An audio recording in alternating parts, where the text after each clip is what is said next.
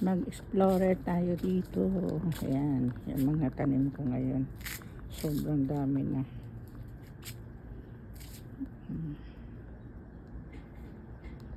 Dami na. Ang dami natin mga tanim. Ayan, ang bagong tanim. Mga flowers. Ayan, mayroon tayong mga patatas. Mayroon tayong kalabasa. Yan. May munggo. Ayan ang munggo natin. Tinabunan ko kasi sobrang init. Ayan. Grabe. Ito yung ano to, yung repolyo. Dami bulaklak yung ating ayan, kamatis natin. Ayan, dami bulaklak na. Ayan ang kamatis. Ito naman yung ating lalaki, ang tataba ng ating mga sibuyas. Ayan, grabe guys, ang daming bulaklak ng sibuyas natin. Ayan, ang ating sibuyas, ang ganda ng bulaklak niya. Ang ating namang sayote. Ayan, ayan, sayote natin guys, lumalago na siya. Ang ating celery. Ayan, grabe, ang taba.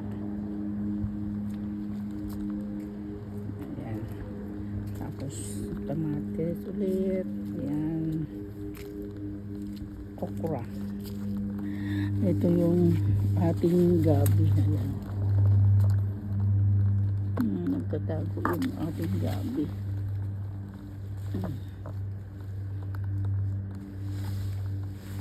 Nabuhay din ating dragon fruit. Dami. Ang ating bawang. Ayan, bagong tanim na bawang. Ito yung repolyo. Ayan, namumulak na siya. Yung ating mainit ngayon kaya empty yung ating greenhouse. Ayun yung ating bawang. Ayan, bagong tanim na bawang kasi nung nakaraan nag-harvest tayo ng bawang, so may bagong tanim tayo. Ayan, sobrang init kasi. Ating bawang, tapos yun, pinaktulan namin ito nakaraan. Ayan, lumago na naman. Paborito ko ng itong dati, silungan. Ito yung namumulaklak ng overload. Ayan, yung kulay violet, purple ang bulaklak niyan. Kapag namulaklak ito, sobrang dami hanggang puno. Tapos yung ating bagong tanim na repolyo, kamatis. Ayan, ganda siya guys. Ayan, repolyo. Ayan, kamatis, bagong tanim. Ayan, ganda ng repolyo.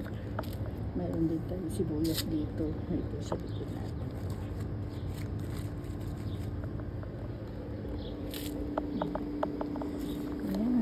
Ating mga alagang mga gulay dito sa likod.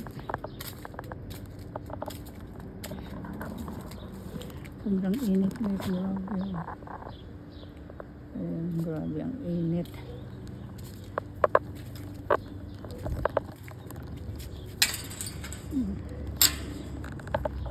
Ayan, grabe yung ating celery, ang daming bulaklak na guys. So pag namulaklak yan, daming seeds tayo itatabi.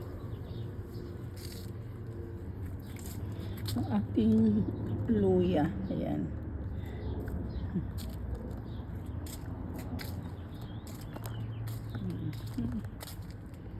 Dami na naman tayong, ayan yung ating bagong tanim na tanglad. Yung bagong tanim nating apple.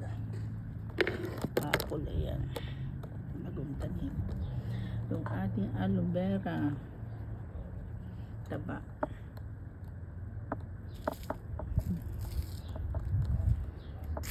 Yung ating rosemary. Ayan, rosemary. Yung mga pitimini natin roses. Yung pitimini roses. Ayan, may bougainvillea tayo. Nung last year kasi lahat ng mga halaman ko nasunog, hindi na nabuhay, hindi, konti lang ito na na-survive pagdating ko galing Pilipinas.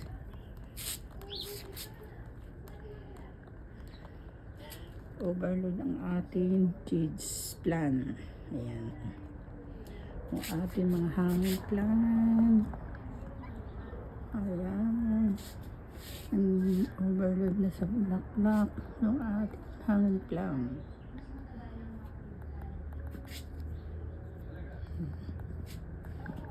Ayan pa ang hanging plant natin. Ito naman yung nakataas na mga halaman. Ayan.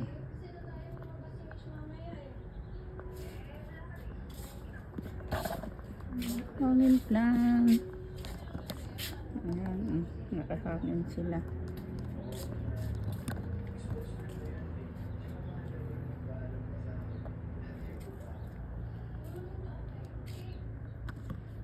Hanging plant.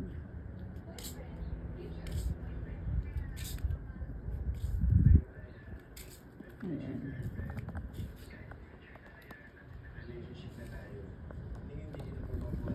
Ating mga roses na ano sila outlet yung mga bulaklak kasi sobrang init. Ayan, outlet. Ito yung mga pitimini. Pero yung mga malalaki nating mga halaman, hindi na sila namumulak kasi so init. Tapos ito naman namamatay yung bulaklak. Pero overload sa bulaklak siya. Yung rosal overload sa bulaklak kaya lang sobrang init. Ayan.